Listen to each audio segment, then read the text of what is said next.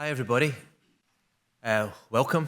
My name is Ian McCulloch. I'm the Director of the Andlinger Centre for Energy and the Environment here at Princeton University, and it's my absolute pleasure to be here kicking things off this morning and welcoming you here to our 2025 annual meeting. And the topic for this year's meeting is Strategies for Circularity, Prospects and Challenges. So I'll just give you a very brief introduction to our centre and our mission, etc. We aim to translate fundamental research into practical solutions for a sustainable future. In pursuit of this, the centre's established programmes to support cutting-edge research, world-class education and strong relationships with our external partners. Through projects, activities and events like this meeting, we work to integrate these programs so that they benefit and strengthen each other. And it's our hope that by bringing talented people together around our shared challenges, we can foster collaborations and spur knowledge transfer and use-inspired innovation that can help make the world a better place. One notable feature of the Andlinger Centre's community is a focus on collaboration and interdisciplinarity. Our faculty and scholars not only advance their fields through research on devices, materials, processes and policy, but they also strive to understand their work in a larger societal context. In that spirit, they frequently work across disciplines to ensure that new technologies meet changing needs and have practical pathways towards deployment. Similarly, to ensure that energy and environmental policy frameworks have sound scientific underpinnings. Supporting these brilliant faculty and scholars is an amazing bunch of students and postdocs, and they'll be featuring new research projects in today's lunchtime poster session down at the Frick. I encourage you to visit the posters and engage with all our researchers. We're proud to mentor the next generation's leaders in shaping a sustainable future, and I'm sure you'll be impressed by their passion and expertise. To help magnify the impact of our community's research and talents, the Centre maintains strong relationships with our external partners. An important vehicle for this is a distinctive corporate partnership programme administered by the Centre called the Princeton Affiliates Partnership. E-affiliates members come from a wide variety of business sectors, which gives our community a broad perspective on energy and environmental issues and the many ways we might seek to address them. Our members' involvement in research, roundtables, conferences and other events is a critical part of how we strive to fulfil our mission, and I'd like to thank them, particularly our charter members, for their support. Today's annual meeting is an important gathering on the topics of the circular economy, how we identify opportunities and address the challenges. The perspectives you'll hear today from academics and industry and non-profit leaders are critical to advance how we use, reuse and redeploy cycling streams. I hope you'll find the talks engaging and applicable to your own work. So, without further ado, it's my pleasure now to introduce you to Professor Andrew Hauck, Dean of the School of Engineering and Applied Sciences, and the Anthony H.P. Lee 79 Professor of Electrical and Computing Engineering. Andrew is a world leader in quantum science and computing, and was a co-director of the Princeton Quantum Initiative before becoming Dean this year. He joined the Princeton faculty in 2008, shortly after receiving his PhD in physics from Harvard, and more importantly was valedictorian for Princeton's class of 2000. Andrew has a broad perspective of Princeton, and I'm sure will be an asset in his role as Dean of SEAS. Please join me in welcoming Dean Hauck.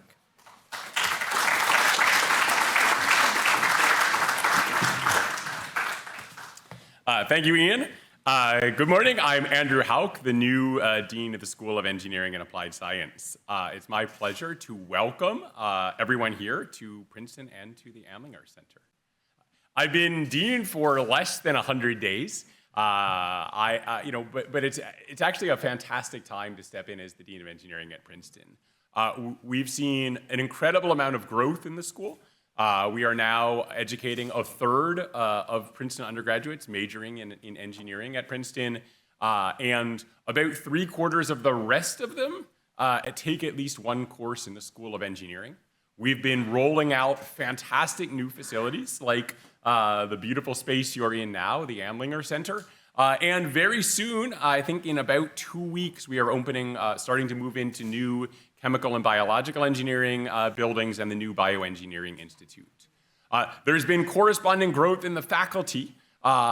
Of our 187 faculty members, 65 have shown up in the last 5 years. That's more than a third. And that provides us with a really interesting opportunity to try and build new centers and initiatives. When faculty members first show up on campus, they often have their heads down and are trying to establish their own research program. But something in the Princeton DNA asks us to look beyond our own research areas and to start to find connections in new and emerging technologies that can eventually grow into large and incredible enterprises like the Andlinger Institute. We encourage that same kind of interdisciplinarity in our education, and think it's particularly important in a time when AI can regurgitate solutions to almost all of the problems that we already know how to solve. It's incredibly important for students not to learn just one thing, but to be able to bridge connections both within engineering disciplines and across campus to consider humanities, art, philosophy, and ethics. And that kind of broad liberal arts education, where we encourage students to explore, forms the grounding, the foundation for the kind of interdisciplinary work that we think is essential to solving the hardest problems that face the nation. At Princeton, we have an unofficial motto, in the nation's service and in the service of humanity. It's 9 words, and 2 of them are service. That tells you something about the kinds of impact we want to have on the world. A lot of the ways that we look to interact with the world are about social good, thinking about health, security, the environment, sustainability of industrial and energy systems. These kinds of challenges form the core of what happens here in the Andlinger Center and the core of the ethos of engineering at Princeton. A key method for achieving this is through engagement. And some of that is internal engagement, people talking to each other across disciplinary boundaries and across departmental boundaries, but it also means engagement outside of the academic world. If all of our ideas start in academia and end in academia, then we simply aren't having an impact on the world. And that's how these kinds of industrial partnerships like we have here really matter. It allows us to see what problems are most relevant in the world, and it allows us to make sure that our solutions don't end up just as papers in journals, but actually translate into real-world impact in companies, in government, and in deployed systems. The Andlinger Center, in particular, has carried these forward in the areas of energy and the environment, and really focuses on trying to be both a research leader, an educator of future leaders, and a collaborator with both public and private sectors. Through the eAffiliates program, faculty and many of our eAffiliates corporate partners, many of whom are here, welcome. We work together to identify shared problems of interest and work together to combine resources to find solutions. That's people, ideas, data, knowledge, diversity of perspectives. When you bring those together in new and interesting ways, you can solve things that you otherwise could not. We're particularly focused on sustainability and efficiency challenges that threaten global well-being, like achieving a circular economy, the theme of today's meeting, and we can only solve them by working together across disciplines, across sectors, and across borders. And this kind of interdisciplinarity is what differentiates Princeton and Andlinger and what makes this place special. With that, I'd like to introduce Chris Gregg, the Theodora D. 78 and William H. Walton III 74 Senior Research Scientist and Associate Director for External Partnerships at the Andlinger Center. It's a little bit of a mouthful there. Chris is the co-chair of today's annual meeting along with Professor Michelle Saracen. Together, Chris and Michelle have developed, I think, a really exciting agenda that will help us understand the ideas behind circularity and determine what needs to be done to get there as a society. So please join me in welcoming them to the podium to say more about the day.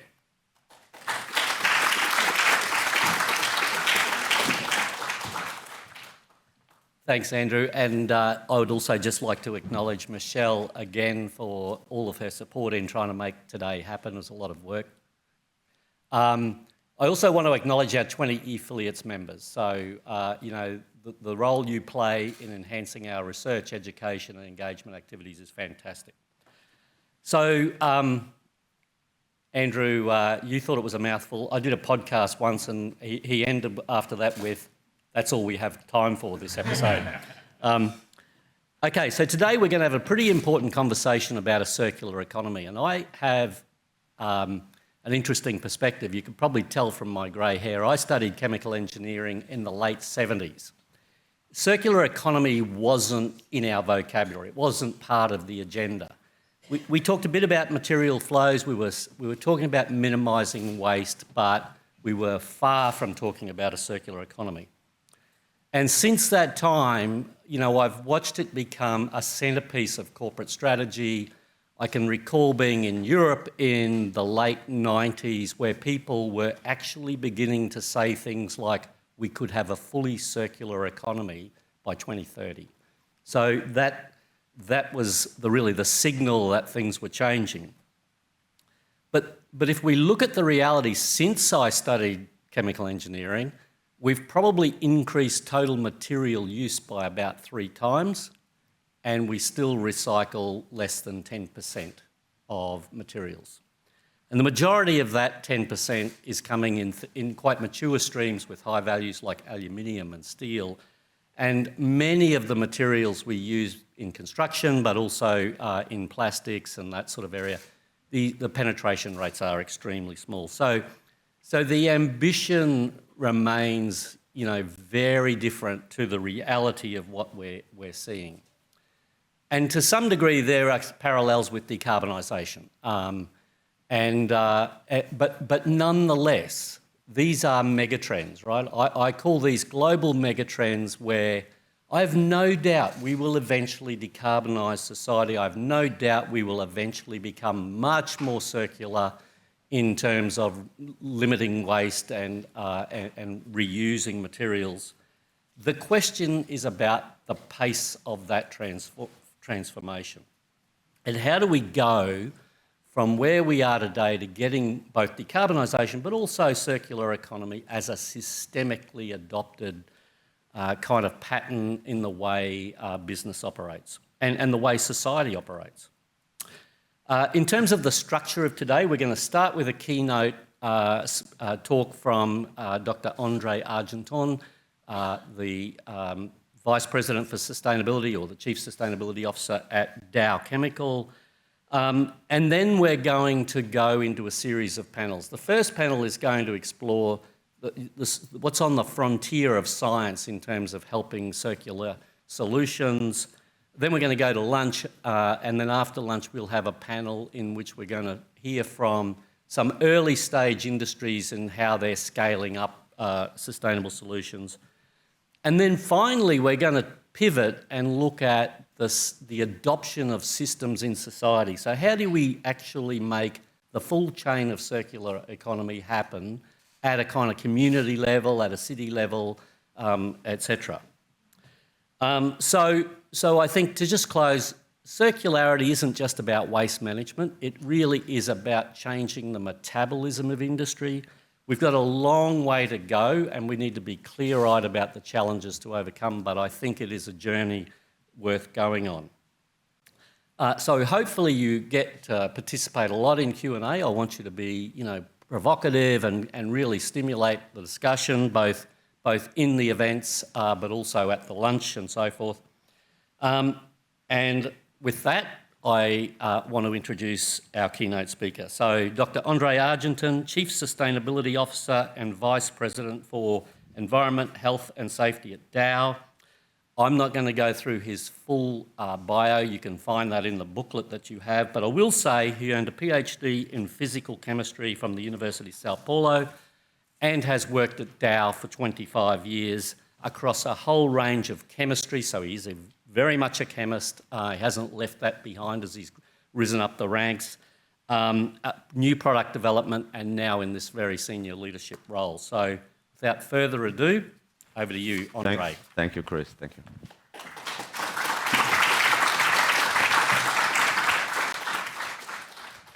Good morning, Chris. Thank you for inviting. I'm humbled to be here, share my thoughts with you all. Diana, thank you. I sent her some last-minute changes because I thought about what happened this morning. I will start here. I have diabetes. I'm type 1 diabetes. So this morning I had to change my insulin pump. This is my insulin pump. This is a used version, so I had to open it, and I started thinking about the talk today, right? The syringe is plastic. This had to be sterilized. They probably sterilized it with ethylene oxide, so you need a material that is chemically compatible with it. I looked at the patent this morning on this particular insulin pump, and there are probably 4 different types of polymeric materials that make this a reality. So let's go into the next slide. There's a picture there, AI generated, of an insulin pump. So in my arm, I have an insulin pump. In my arm, I have a continuous glucose monitor. There is equally amount of plastics into it. And when I defend plastic, I mean it. My life literally depends on plastic. But that's just part of the story. I took this picture, and this is a place that I go a lot to eat. And you have metal silverware. And then you have plastic silverware.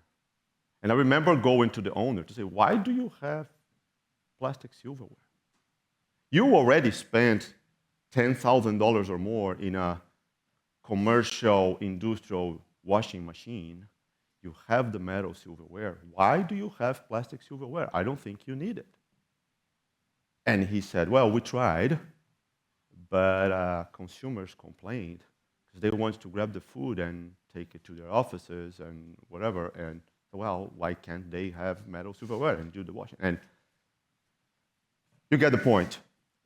Plastics are at the same time life-changing enablers of modern life. And yet, at other times, they find use that are probably not the best use of the natural resources. And so I want to start with that. I come in front of you today, I thought a lot about when Chris invited me, what I would talk about. I am a chemist turned CSO, and that's my passion. So I could go into a lot of discussion on policy, consumer behaviors. Those are all collection and sorting. Those are all critical elements to enable circular economy and journey. But there's going to be a lot of people throughout the day today that have a lot of expertise, and some of the panels are exciting and the conversation. So I will try to bring the perspective from my background and from some of the science and technology that is involved and how exciting that is, and yet how challenging that is. But we are working through those. And most of the data I'm going to share with you, there's 2 slides, and I'm going to make the clear point. Here, I'm showing 2 things that we are doing at Dow. Everything else I try to do research on what is available data and showcase a little bit about the disparity that exists in the data to some of these challenges that we are trying to solve. So there's a lot of background here that is a little bit of my personal technical view, but there's going to be 2 slides I'm going to share what we are doing at Dow in the journey. So those are the topics that I want to cover. I want to start here. I found 4 references that shows how we changed as society. And I was thinking about how do I make the point that plastics are an enabler of what we do. And I thought about going to the grocery store and looking at the shelf. So I found data on the number of SKUs in the grocery store in the 70s, roughly 10,000. Don't ask me for the error bar. What I try to do to give you the error bar is multiple sources, and each of the dots represents one of those. I think it's about, there is some statistical obviousness there, that if we had about 10,000 SKUs in the 70s, it peaked in the 2010 that 40 to 50,000 SKUs where you go into the grocery store. And think about it, the number of units you find in the grocery store. Actually, in the next slide, I'm going to talk a little bit about that. It's like, how many brands of a toothpaste do you find? It's the number of units you're going to find. And there are so many elements in this. Let me get to that slide. This is a 2014 Consumer Reports. 27 varieties, between two brands, over 50 varieties of toothpaste, and over 50 varieties of Campbell's condensed soup. So we, as a society, accept that value. And I know that might have a negative connotation. But there are other elements that we've got to consider. These packaging materials that enable this proliferation of SKUs did much more than that. They brought we got used to a quality of product. We got used to an expectation on the shelf life of a product.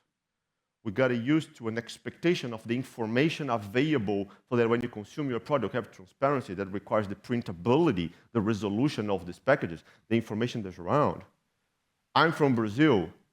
If you go to the Global South, one of the most amazing things that packaging enabled is you can make cost-competitive small pouches because people of low income in the Global South cannot buy enough shampoo for the next 2 months. In my case, probably the next 6 months.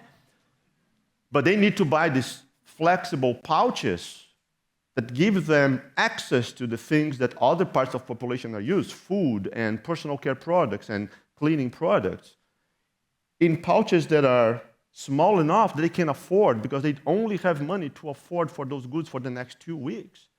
So, as we look at this proliferation of SKUs enabled by many things, one of those, plastics, bring the properties to protect the food, to the quality and the cost. There are many good things as well that were created by that. So you got to look at it with my 2 examples. There are many great things, and there are things that we got to question. I think it's a great story here. Oh, by the way, if you found a mistake on the image, it's on purpose. I generated some of these images with AI just to make the point that how amazing AI can be to generate you an image, but yet make grammar mistakes and typos on the picture. So, I actually did not know this before getting ready to this. I was looking at the evolution of packaging in food, and this amazing product developed in 1908, cellophane. So it was actually a researcher in Switzerland, and his inspiration was he looked at tablecloth, how some were hydrophobic, and he wanted to create a film that he could apply over tablecloth that would make it more hydrophobic to make the tablecloth more resistant to stain. And so he developed this chemistry, which is cellophane, which is derived from naturally occurring renewable material, cellulose. In the mid-20s, DuPont brought that technology into the US. And between the 20s and the 70s, it was a evolution and disruption. What cellophane brought to consumers was a transparent barrier protection to food. It had some properties around fat protection, grease migration, not really great properties around water and oxygen barrier. It brought a shelf life enhancement to the products, but it created new business models for the retailers to be able to sell their products and their goods in the different ways.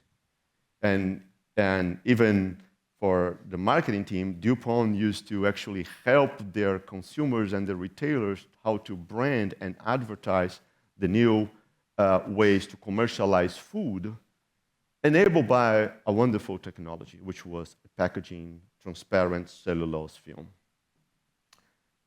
why was it replaced? And I thought about it. I mean, it's renewable, it's biodegradable, was bringing that protection. It was replaced because there were better materials around. It was replaced by olefins, by petrochemical-based polymers. The properties were incredibly better barrier resistant for oxygen, for moisture, the obvious consequences, the shelf life, expansion that you bring to the food, and you get a point. I'm going to talk a lot about carbon here as we talk about energy intensity of some of the products, but the shelf life extension results in avoidance of food spoilage. The mechanical properties, the optical properties, the printability, and resulted into that previous slide. So these materials were replaced because they were materials with so much better performance. On top of that, I did a little bit of for fun, research on how do you make cellophane. You start with cellulose, you solubilize in a very strong alkali system, you react with carbon disulfide, which is very flammable, very toxic. Then you gotta make a film in a sulfuric acid batch, then you gotta wash, then you gotta bleach, then you gotta plasticize, and the exposure to workers to carbon disulfide was a challenge, and the waste generated in that process. So that material was wonderful. It was replaced by a better material. And that's been the evolution of material science enabling modern society. So I think it's a wonderful example. So let me try to summarize, and I talked a little bit about grocery stores, but this is some data. I love that phrase. It's from a National Geographic article on plastics in the medical system, right? Unlike refusing a straw at a restaurant, it's pretty difficult to cut down on plastic while you're strapped unconscious to an operating table. I think that's a lot. Now, for transparency, for completeness, the article also talks about some of the challenges created by those plastics, specifically hospital waste and how that is managed, right? You never get the best. There's always a trade-off. A car about 15 years ago, you found multiple references on that one, used to have about 300 pounds. Today has around 400 pounds. If you go, the farther you go in history, the less plastic it had. I think that so there's a clear growth of consumption of plastics in car. This is, to me, the most impactful data. Roughly 10% of the weight of a car is plastic. Roughly 50% of the volume of a car is plastic. Think about the lightweighting enabled by plastics and the impact it makes to fuel efficiency of these vehicles. And if we go into the battery space, it's an entire new chapter where we're going to EVs on how plastics are enablers of those technologies. I think the other space is where we go into modern electronic devices. The entire telecom industry and infrastructure relies on the presence of plastics for data and power transmission. And then the properties that enable what we understand as modern life today, right? Miniaturization, thermal management, the cost to make those in industrial processes, the mechanical properties, and the flexibility that you have to design plastic polymers with target properties, rheology, curing kinetics, in a thermoset case, just enables modern society as we are. So the first part of my talk was really to try to make the point on how wonderful plastics are and the value they create society. But now I'm going to shift to, if that was all the story, then we would not be here today talking about the importance of make circular. So before I go into the next slide, I just want to make a statement. My view is that there are two fundamental challenges that we got to deal with the use of plastics. It is the pollution created by the mismanagement of the end of the life of plastics and the emissions associated with pollution and the emissions. I think these are the two fundamental challenges. Some will argue there are more challenges, Andre, and love conversations. I think that all the additional challenges are a consequence of these two fundamental challenges, right? Some people are going to say, don't you think that you make plastics out of fossil fuel is a challenge? I said, no, the challenge is the emissions associated. Using renewable content is a potential solution to deal with that. It's actually a very good solution. It's going to have an important role. But there are other solutions like carbon capture and sequestration, the proper management at the end of the life. But I think that these are my hypotheses that I share with you today is that my belief is that there are these two fundamental challenges. So I'm going to try to talk a little bit about these two before I talk about, okay, how do we deal with those and what are the potential solutions? With me? All right. So I want to start with the pollution issue, right? So in sustainability, there is something that I think always important is we gotta have to have a look at the systems level and the systems view at the world scale to understand what the problems are. But we cannot ignore, so we need to have a factually complete description of the system, but then we need to deep dive into where the specific issues happen. So I recreated these next two charts from the original publication so that we could see two different data sources. They pretty much tell the same story, okay?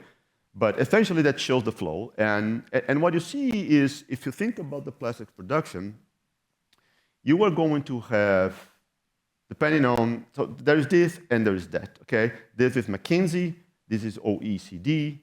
I try to make the color so you can visually kind of see they're about the same. They differ in about 10% in their assessments. But the story here is if you look at the end of life for plastics, you are going to find something like 15% of them is recycled, 10 to 15% depending on these two sources. Now, we are going to talk more about the data itself, right? 10 to 15% is recycled.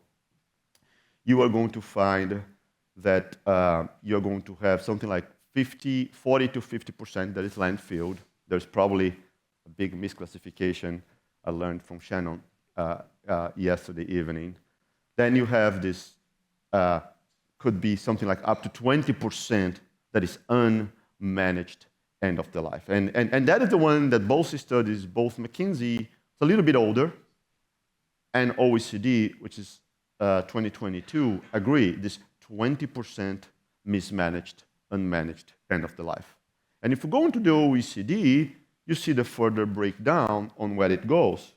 Dump sites, open pit burning, there's no energy recovered that at all, leak into land, leak into the ocean. So there's this 2% leak into the ocean, but it's 2% out of 353 million tons of plastics waste that are generated every year. 2% out of 350. It's on a percentage basis is small, but its impact a lot. And I think this is a global view. The real challenge becomes when you go into where the problem is happening.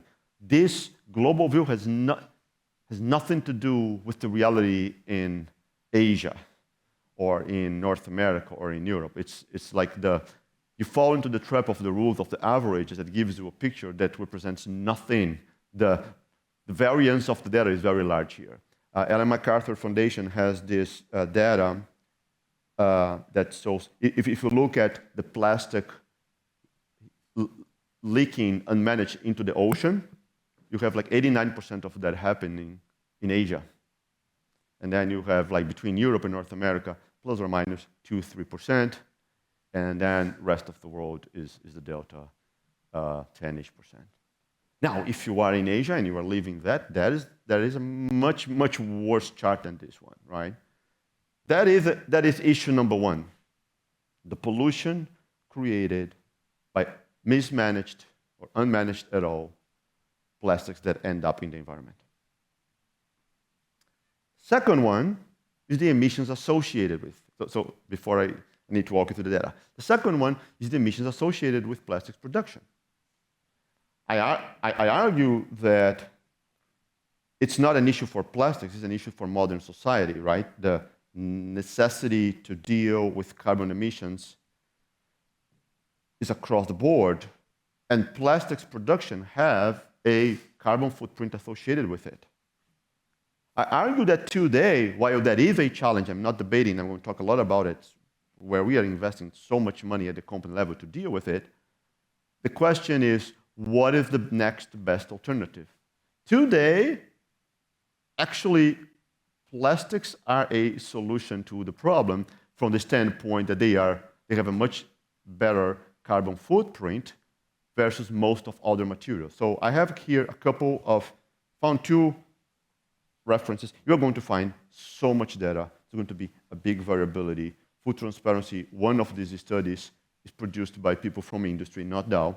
But you're going to find in general that in many applications, and what you compare here is not a kilogram per kilogram basis. You got to compare on a functional unit. It's the same data, folks. Left side is the absolute product carbon footprint. The right side is just the ratio. So everything above the red line, a ratio of above 1 on the right side, it means that the ratio of emissions from an alternative material, you are emitting more than you are with using polyethylene.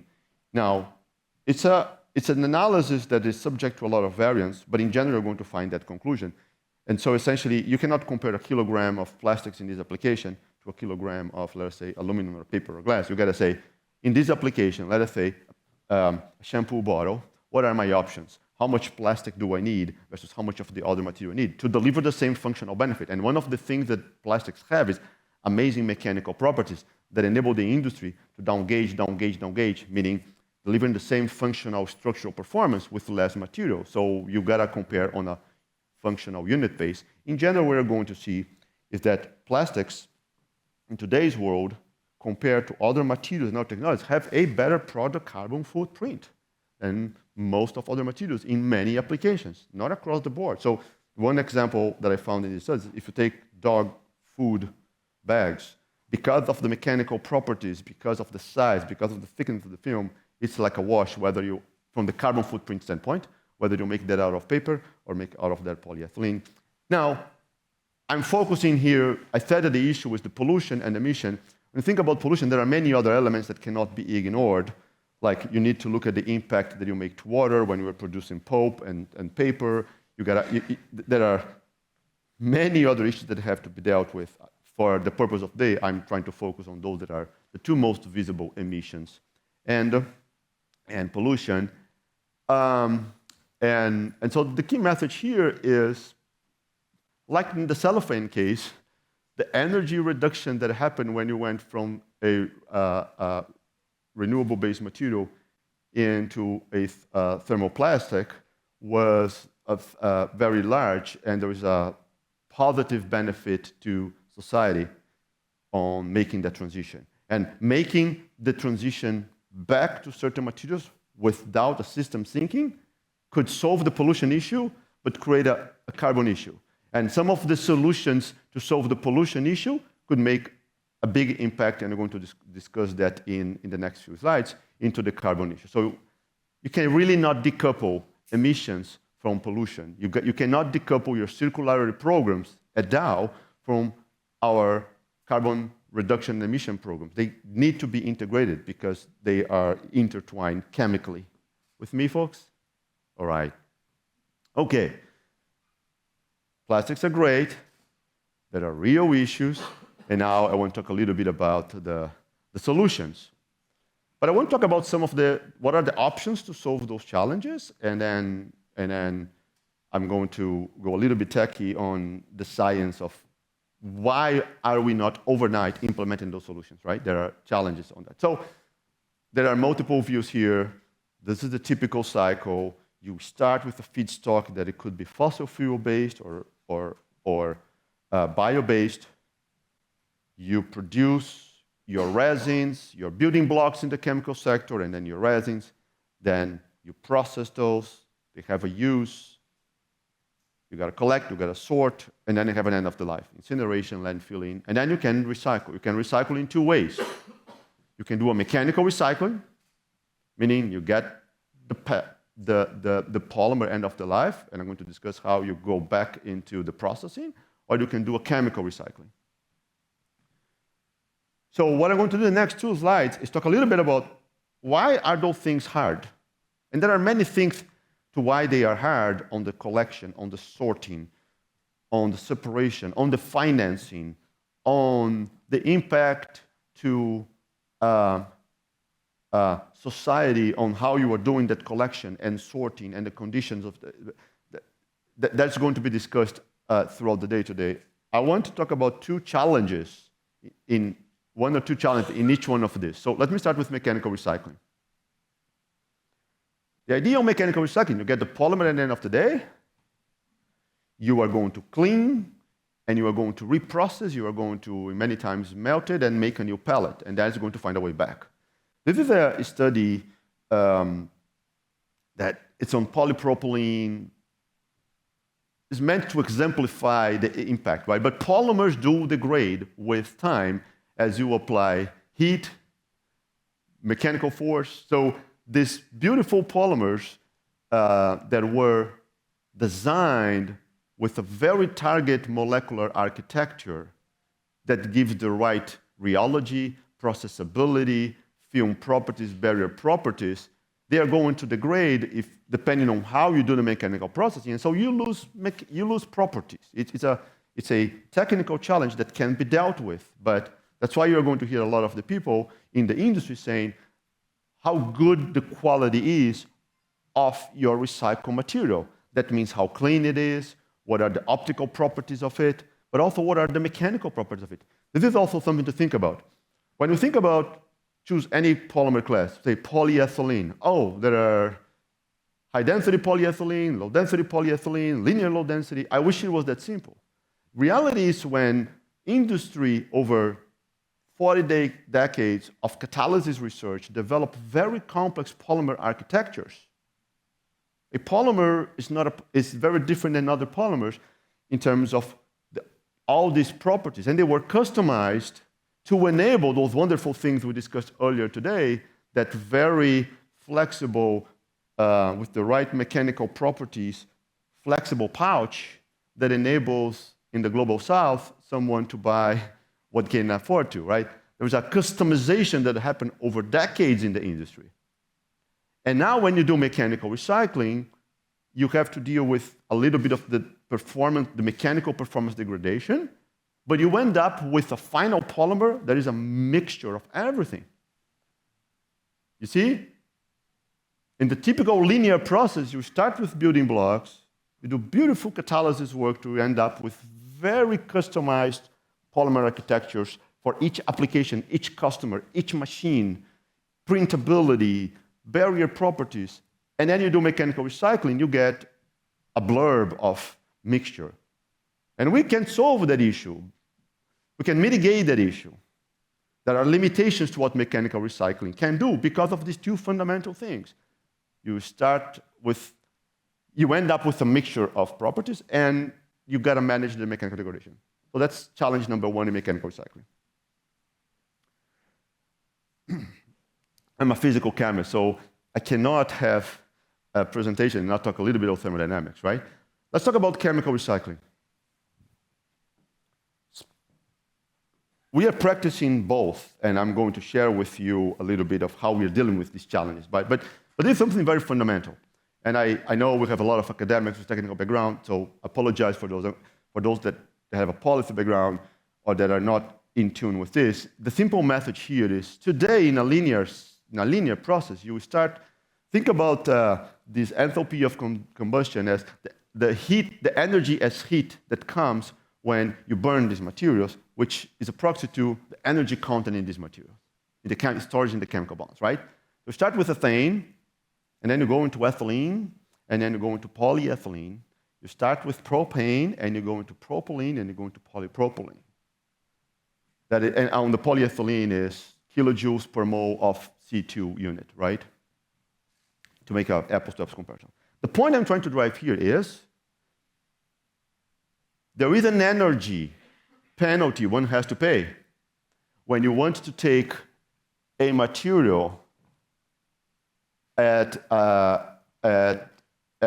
has lower energy content in the chemistry itself and go uphill in the energy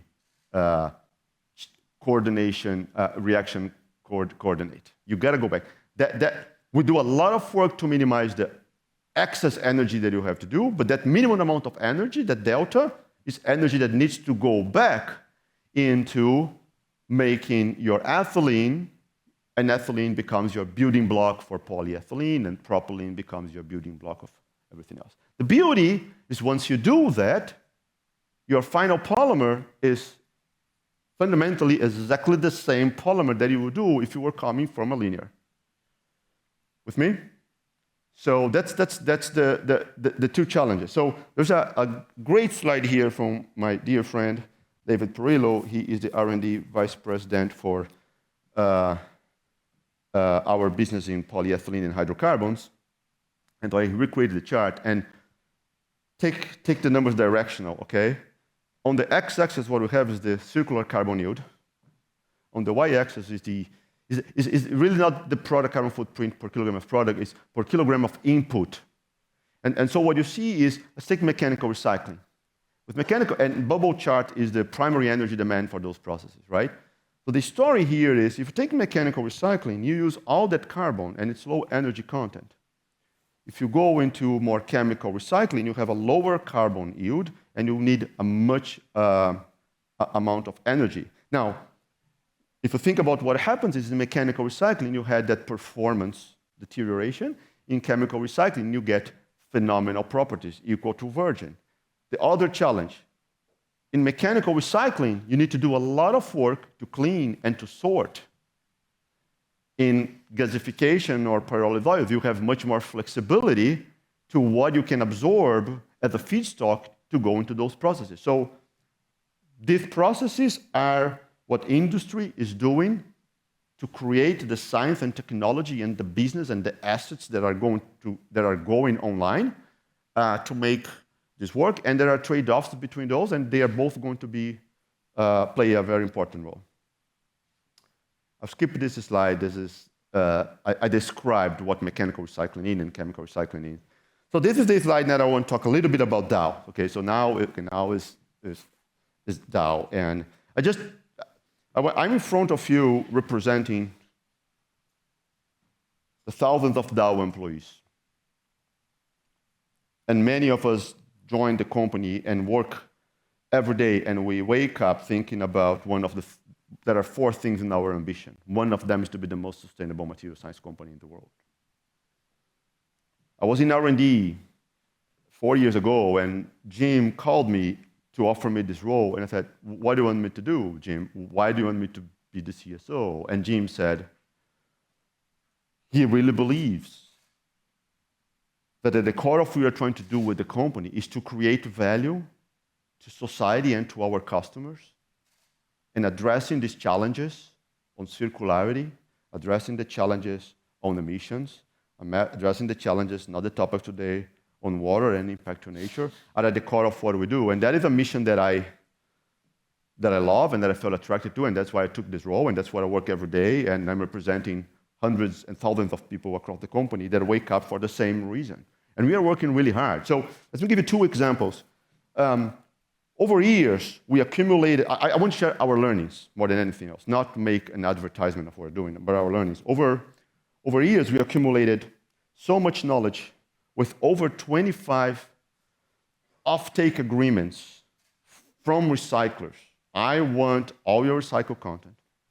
And all of that knowledge and learning, and we still have many of those out there, culminated in a substantial transformation change. Last year, Dow became a recycler. We've made an acquisition of a company, Circularity, 2 plants, capacity to make 50,000 tons of recycled material. And we've learned so much about waste. What do they bring? How you clean, how you analyze, how you characterize. We also learned so much about how we use our material science so that you make the right polymer structure and right polymer design, that you mix recycled and virgin to deliver the properties that the consumers value. It's been nothing but a humble and exciting experience. What unfortunately we saw in the last couple of 2 years is a number of players in the downstream walking back on some of their commitments in terms of the timing, and so demand is, is, is a challenge, and we are successful so far, but we need more to drive demand, and we're going to talk about the role of policy later. In chemical recycling, we have multiple partnerships. I think the one I'm super excited with Mura, it's a very unique technology on how you make that mechanical recycling. It tries to address the challenges we discussed on the energy footprint, and I'm not going to go into details on the efficiency of those processes to deal with the carbon efficiency. That was the x-axis of the previous chart. But we're excited. We believe that the technology is scalable. They design plants that can go up to 120 KT, and then we can make multiples of those. We believe it's one of the technologies out of many that we are partnering. We are putting research, investment dollars, and we are working with our customers downstream so that we can accelerate, so we can make Mura goes faster, we can make Circulus go faster. We have a partnership with Procter & Gamble. It's more a mechanical approach, but not a traditional one, where we have a JDA doing joint research to scale a solution to do dissolution of hard-to-recycle polyethylene-based materials. There's a lot of money and real effort going into make it happen.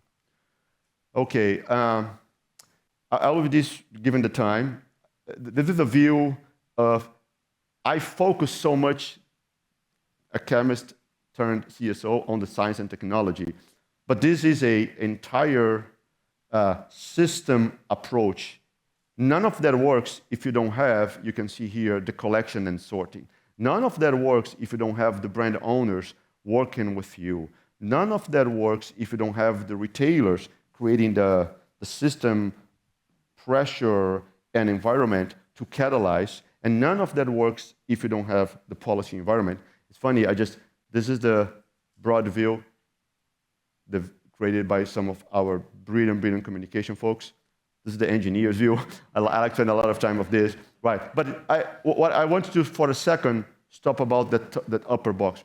All of that we do on circularity, the company needs to have a true commitment to decarbonize your production as well. Otherwise, you solve the circular problem, you don't solve the emissions problem. You see something out there called Path to Zero.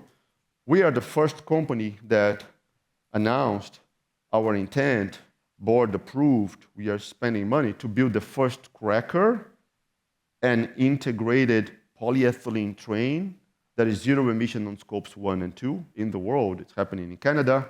Right now, the project is delayed. There are many challenges, I won't go through that, but we continue to update our customers. Our customers need that product. Our investors expect us to deliver the returns from that product. It's something we are committed. The project is delayed, but the point I'm trying to drive is you cannot be a circular company if you are not committed to decarbonize. And if you are committed to decarbonize and don't take action on circularity, then you are failing. You will be failing to become the most sustainable material science company in the world. And that's what our commitment, that's why you're working on both. A word on policy. So, same story, folks. You cannot look at the problem from, the only thing that we need is an extended producer responsibility agreement.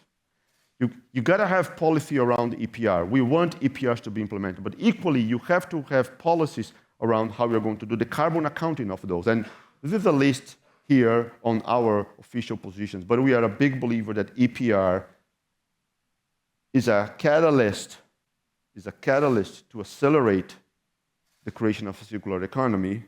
And we believe that approaches like mass balance in carbon accounting are a catalyst to accelerate the decarbonization of the industry, and that goes very aligned to accelerating circularity.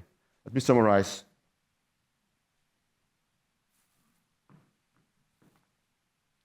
I cannot live without plastics, personally. That's my insulin pump. But unmanaged end of the life creates pollution.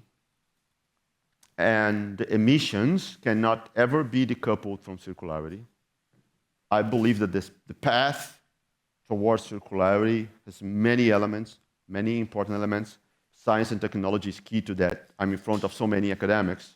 My pledge to you is to push the science. And you cannot do that at the pace, that's my view, at the company view, at the pace that we need to drive the change that society needs. Comprehensive policy is necessary to catalyze the decarbonization and the circularity. Thank you so much for your time. Appreciate it.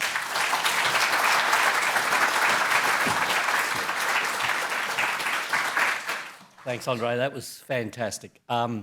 We have some time for questions, and because I get the mic to begin, I get first question. You know me, so you know I'm a decarbonisation guy. I worry about the pace of change. Given that you're coupling these two, how do you see the maturity of decarbonisation versus circularity? Like, when I went to Europe in the 90s, they were thinking 2030 for circular economy and beyond 2050 for decarbonisation. How do you see it? I think there is at least a decade separating the maturity of society as a whole in those two topics. Paris Agreement, which is a legally binding commitment from nations, was signed in 2015. Mm-hmm. We are here in 2025, and it didn't happen, hopefully next year, to get a legally binding agreement amongst nations to deal on a global plastics treaty to end plastics pollution. We are literally at least 11 years late, right? But I think there is that, and I see that honestly even in preparing for this slide, for this presentation, trying to look at some public available data. If you want to look at a systems model, cost to decarbonize, the beautiful work that you did, there are so many others. You can say, this is how many $1 trillion it will cost to decarbonize the entire chemical industry, right? There's data, there is alignment on language and message. And in circularity, there is just so much to be done, just in terms of access to data. Learning from Shannon in yesterday's dinner's conversation was like, even the OECD data, there are really three good pieces of data. I like the McKinsey study, the OECD data, I like the Ellen MacArthur study. They try to capture. But even how to get that data, there's so much room that needs to be done on a geographical basis. So I think there's at least a decade where society is more evolved in knowledge expertise on carbon than where that society is on circularity. And I think that's why we need the policy, that's why we need academics in the audience today to help us accelerate. We need to go faster. Great. So we have runners with microphones, and Peter Green in the third row there. You've got the first question. Thank you. Good morning. I concur with everything you said. So my additional question is, you never said much about upcycling. Can you say something about that? I'm sorry. You never said anything about upcycling of polymers. Yeah.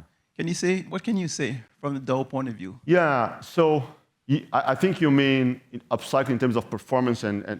Yeah. So there is something, I try to capture that concept in terms of what happens with mechanical recycling when you degrade polymer performance and you end up have a mixture of properties. Those, it's very unlikely you're going to be able to commercialize those in applications where you have very, very strong, let us think about direct food contact applications, where you can extract value, financial value, dollar value, and you can because you can deliver societal value to your customers.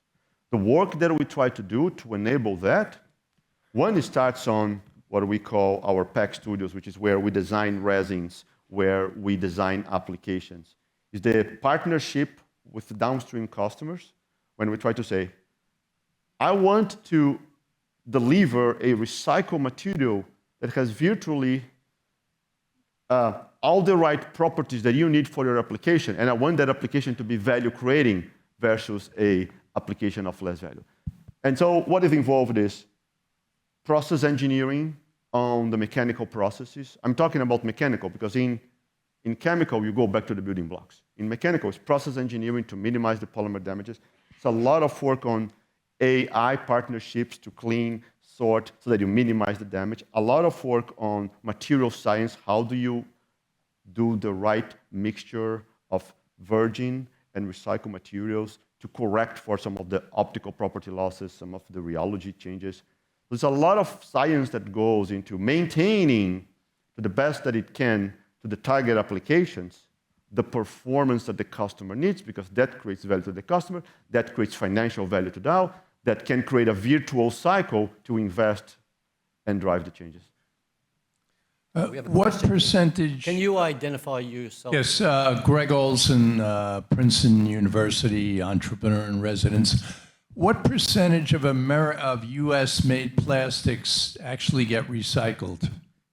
China is going to probably give a better number, but it's below 10%, way below 10%, 9%. In Europe, plastics as a whole is north of 40%. That's why I showed the picture at the very beginning of that restaurant that I took a photo.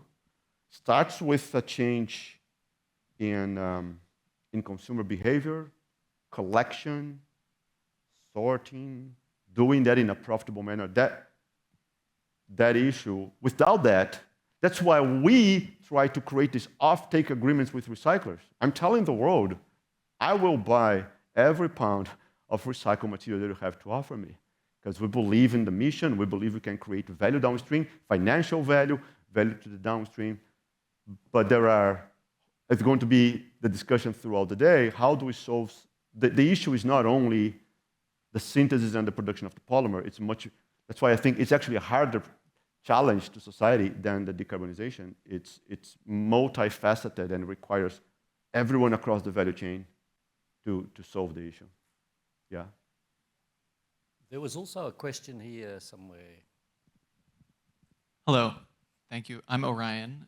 Thank you for the excellent talk. I have a sort of ecosystem level question. So you mentioned, SKUs have increased 5x since the 70s, but it's not clear that goods have changed. And cars are lower density, but Americans drive bigger cars. And recycling itself was born of an effort from soda companies to reject responsibility for disposable packaging. And so at the end of the day, we all want to reduce the use of virgin material and reduce emissions. And I'm curious how you think about the trade-off between increasing circularity versus stopping the consumption of the growth of consumption. I think I showed the second picture of this slide because there's got to be a change in consumer behavior. There's got to be a change in consumer behavior. I don't think you need that plastic silverware. If you go to Europe, I was talking to Jihan, she was with me, she was telling me, and if you go into a restaurant, and the Europeans in the room can correct me, and if you say, I'm full now, can you bring me a box? They will not have a plastic box for you. You got to either order a full meal or a half meal, or you got to bring your Tupperware from home. So part of the solution needs to be a societal change on how we consume goods as a whole. At the same time, GDP, if you project chemical industry growth with GDP, so if you project what the chemical industry is going to be by 2050, assuming population growth, we will need about 2 times, just do between 2 and 3% GDP growth every year between 2020 and 2050. Society will need 2 times more materials, chemicals, plastics, to support that growth. So the solution is complex, is an ecosystem type of approach. There is going to be growth. Society needs materials, needs food at low emission, needs materials that do not have a mismatch end of the life. So there's not a single solution. I wish it was simple. If it was simple, it wouldn't be here, right? And so, but your point is spot on. It requires an entire behavioral change across society. And maybe an element of regulation, right? So the regulation, the policy, to me, is the catalyst. We need policies to catalyze. EPRs can catalyze circularity the same way that in Europe, to the power sector, price on carbon through the ETS catalyzed decarbonization of the power sector, right? Policies play and regulations play a massive role in accelerating that. Harry first, and then Iguan, and then Ian, and that'll be us. Yeah, hi, Harry Warren. I'm a non-resident fellow here at Andlinger. Different question that we've been discussing. Probably a small bar on your charts would be microplastics, but they're getting a lot of attention right now. Is there any work being done in the industry in terms of plastic characteristics to try to limit the degradation into microplastics? There is an enormous amount of work, so society needs it. An enormous amount of work in understanding how the degradation happens, how much it happens, how do you characterize? Honestly, it's kind of society needs, and industry is doing a lot of work on that with academics on proper characterization. Now, I still believe that the microplastics is a consequence of the pollution. Remember, I said there are two fundamental things, right? Pollution and emissions. And pollution, and there are many subsequent consequences of those two fundamental things. So microplastics is something that industry is looking at very seriously. Academics are looking at it very seriously. There's an enormous amount, that's a good thing, is the enormous amount of research going into understand that issue.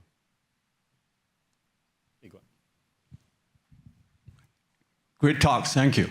Guan Jiu from Mechanical and Aerospace Engineering.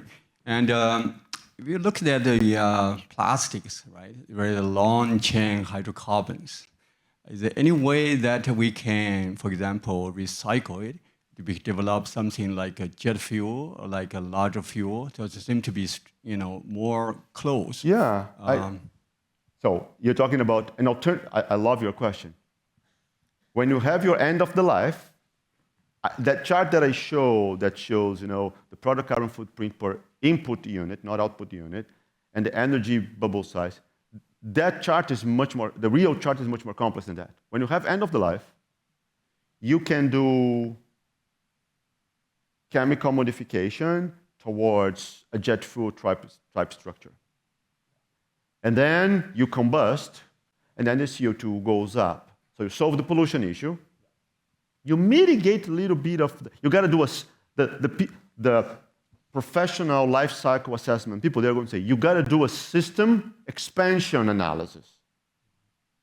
That jet is flying, and you would be combusting anyhow. So from the emission standpoint, what is better, landfill? Now, on the other hand, if you do incineration for energy recovery tied with a carbon capture and sequestration plant, then you solve both. You solve the end of the life because you create a value, you incinerate, you recover the energy, and you do the carbon capture and sequestration of the CO2. So the beauty and the challenge, the beauty for academics and for industry and for a person passionate about science and technology like I am, is that there are many opportunities. We just need to go faster, right? We need to choose some, and I see certain industries choosing specific battles. I believe that one of the outputs for plastics at the end of the life plastics at the end of the life is going to be in certain applications where it makes sense at the system level, to the previous question, energy combustion with energy, incineration with energy recovery, but then you got to deal with the emissions, and CCS is one of those. By the way, I just want to impress you that we developed technology to decompose that polyethylene, polypropylene to the monomers with 40% selectivity. Okay, let's talk. Ian, and then I'm just going to ask for students. I'd like at least one question from a student before we finish. Okay, and we have one in the back. But Ian first. Thanks. Those are always the harder questions. I love it. So, I'm Ian McCulloch. Yeah, I'm actually a polymer chemist. I'm very interested in where we are at the moment in terms of the move to circularity from your customers' perspective. So you sell a range of polymers, polyethylene, propylene, maybe esters, carbonates, whatever. Are your customers already starting to compromise on the properties you provide by going to a polyester where the thermodynamics are maybe a little bit more favorable for recycling? Or how much are you changing in terms of the volume of polyethylene you supply versus something that, a lactate recyclable polyester or something? Is the market changing for you yet, or is it still business as usual?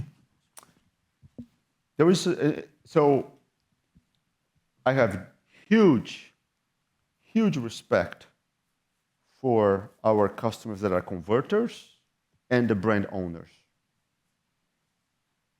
A brand owner has to deal with the consumer. And the consumer, we haven't seen the consumer willing to compromise on performance.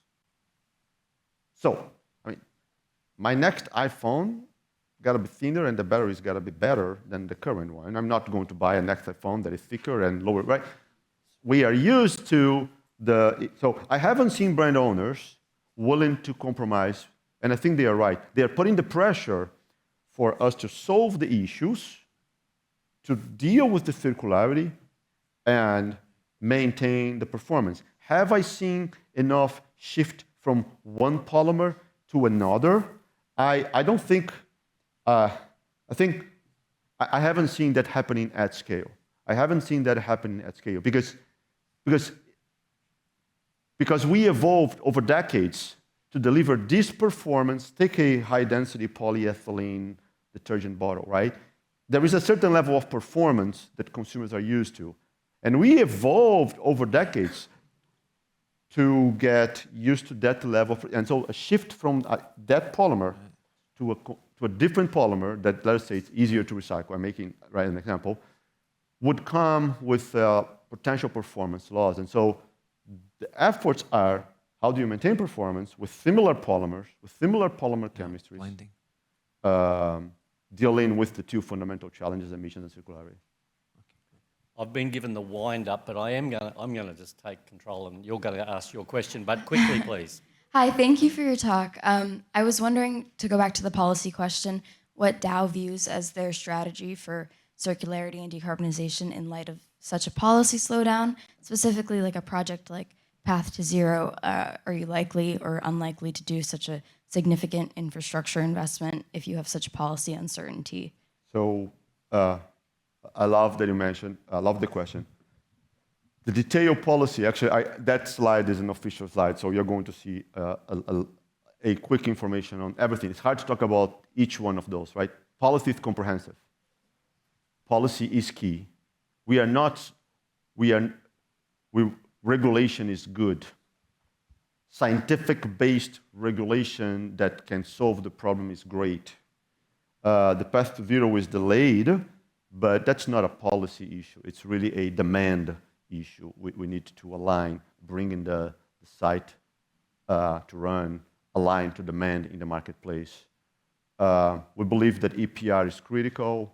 We are working very hard to support the resolution towards a legally binding agreement, the INC process, to end plastics pollution, right? That is going to be, think about the Paris Agreement for circularity. We spend an enormous amount of effort for that to happen. That needs to happen. Policy needs to catalyze. So I can discuss with you any specifics. But without policy, then society is going to go very slow, in my opinion. We need strong policy, focus on the problems and pollution, deal with the emissions. We need policy for that. And with that, I want to give you a huge vote of thanks for quite a stirring keynote. I always love your passion, Andre. So join me in thanking Andre. No, thank you. Thank you. Thank you.